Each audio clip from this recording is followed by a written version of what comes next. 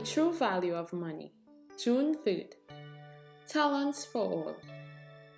Honor the Lord with thy substance, and with the firstfruits of all thine increase. So shall thy barns be filled with plenty, and thy presses shall burst out with new wine. Proverbs 3:9 and 10. The scripture teaches that God, as the giver of all our benefits, has a claim upon them all, that his claim should be our first consideration, and that a special blessing will attend all who honor this claim. Herein is set forth a principle that is seen in all God's dealings with men. The Lord placed our first parents in the Garden of Eden.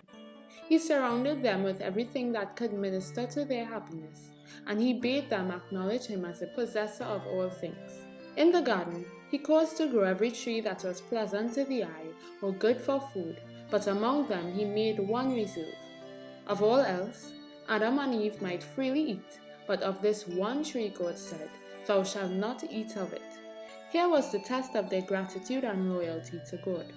So the Lord has imparted to us heaven's richest treasure in giving us Jesus. With him, he has given us all things richly to enjoy. Counsels on Stewardship 65. God entrusts men with means. He gives them power to get wealth.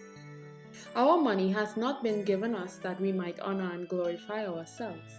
As faithful stewards, we are to use it for the honor and glory of God. Some think that only a portion of their means is the Lord's. When they have set apart a portion for religious and charitable purposes, they regard the remainder as their own, to be used as they see fit. But in this they mistake. All we possess is the Lord's, and we are accountable to him for the use we make of it. In the use of every penny, it will be seen whether we love God supremely and our neighbor as ourselves.